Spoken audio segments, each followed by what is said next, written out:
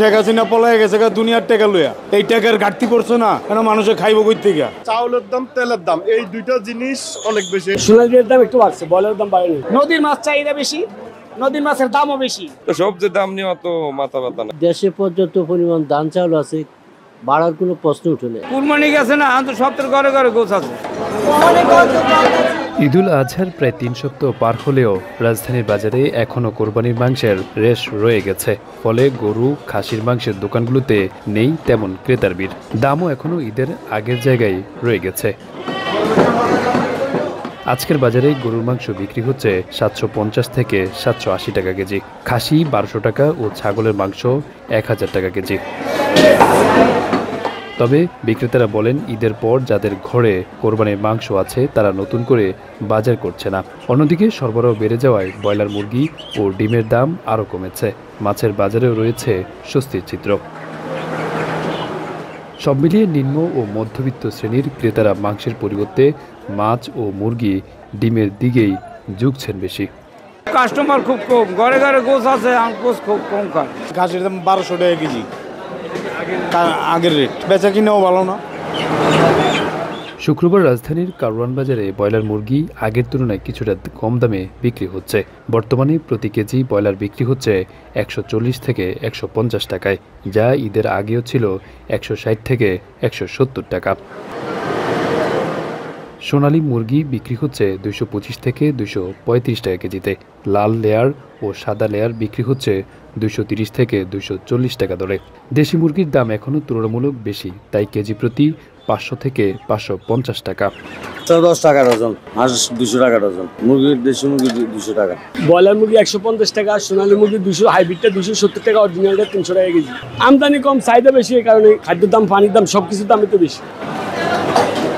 ঈদের সময়ে মাছের বাজারে যে খরা ছিল এখন তা অনেকটাই কেটে গেছে। রাজধানীর বাজারগুলোতে এখন রুই, কাতল, পাবদা, চিংড়ি, ট্যাংরা, শিংসহ সব ধরনের মাছ পাওয়া যাচ্ছে পর্যাপ্ত পরিমাণে। সরবরাহ বেশি থাকায় দামেও নেই বড় কোনো ঊর্ধ্বগতি।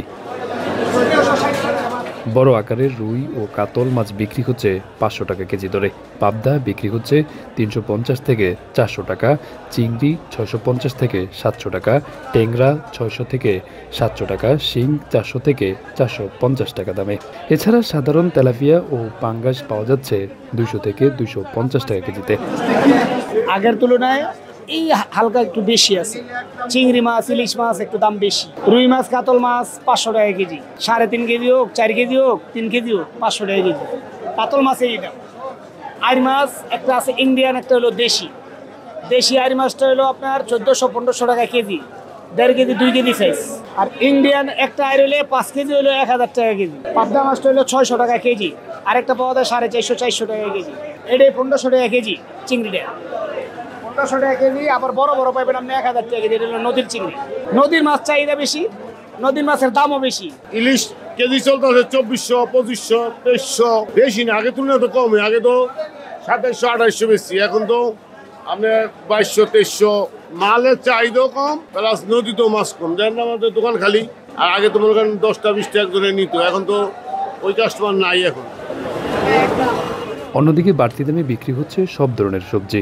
বাজারে পটল, ঢেঁড়স, ঝিঙ্গের মতো বিভিন্ন সবজি 50 থেকে 60 টাকার মধ্যে মিলছে। বিক্রেতারা জানান, ঈদের পর থেকে রাজধানী বাজারে সবজির দাম ঊর্ধ্বমুখী। আগের তুলনায় একটু বাড়ছে, কারণ এখন তো সবজির দাম বাড়ার কথাই। প্রতি বছরে এই টাইমে একটু সবজি সংকট থাকে, এই কারণে হালকা একটু দাম বাড়তি। শসা হইলো 50 টাকা কেজি, পেঁপে দাম কম আছে 30 টাকা, দন্দল হইলো 60 টাকা, চিচিঙ্গা 50, পটল ভেন্ডি 40, তারপরে বটবটির দাম বেশি, বটবটি 80 টাকা কেজি, ছড়ার দাম কম আছে 50 টাকা কেজি, আমের দাম তো নাই। তবে ঈদ পরবর্তী সময়ে রাজধানীর বাজারে সবজি, ডিম, মুরগি ও মাছের দাম নাগালের মধ্যে রয়েছে বলে জানান ক্রেতারা। নদীর মাছের দাম একটু সবসময় বেশি থাকে।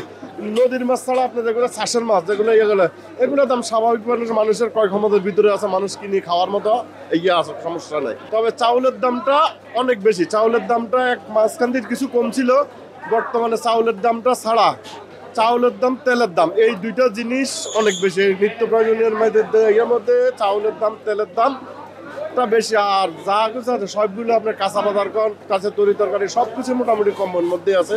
40-50 টাকার মধ্যে তো আছে, এটা তো শনি পড়ছে আছে। কচুরমুখ কিনলাম 40 টাকা কেজি, আর এটা গতবার সব আর বেশি ছিল, এটা তো কম মনে হয় আমার কাছে মনে হয়। আর অন্য অন্য দাম আমি সবগুলো তো আর দাম জিজ্ঞাসা করি না।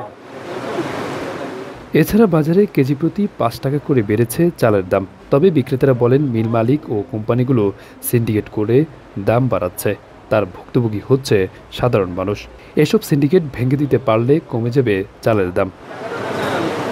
মিনিকেট বেচতেছি বর্তমানে আমরা কোয়ালিটি বেঁধে ভালো মানের চাউল মিনিকেট বেচতেছি 78 থেকে 80 টাকা, আড়াই চাল বেচতেছি আমরা 58 থেকে 60 টাকা, তারপরে সোনা চাল বেচতেছি মনে করেন 54-55 টাকা, তারপরে নাদি চাল বিক্রি হচ্ছে আপনার কোয়ালিটি বেঁধে 70 থেকে আরম্ভ করিয়া 85 টাকা পর্যন্ত।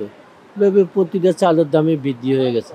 দেশে পর্যাপ্ত পরিমাণ ধান চাউল আছে, বাড়ার কোনো প্রশ্ন ওঠে না। একমাত্র কিছু কোম্পানি আছে, কোম্পানিদের কারণে সরকার এদেরকে পর্যাপ্ত পরিমাণ লোন দিয়েছে, এদেরকে লোন দিয়ে আর পর্যাপ্ত পরিমাণ চাল মজুত রাখা, যেভাবে পারে এইভাবে তারা মজুত রাখা দেয়। মজুতের কারণে তারা সিন্ডিকেটের কারণে বড় বড় মেলার আছে, এদের সিন্ডিকেটের কারণে বাজারটা বাড়তি। আরাফাত হোসেন, যুগের চিন্তা, ঢাকা।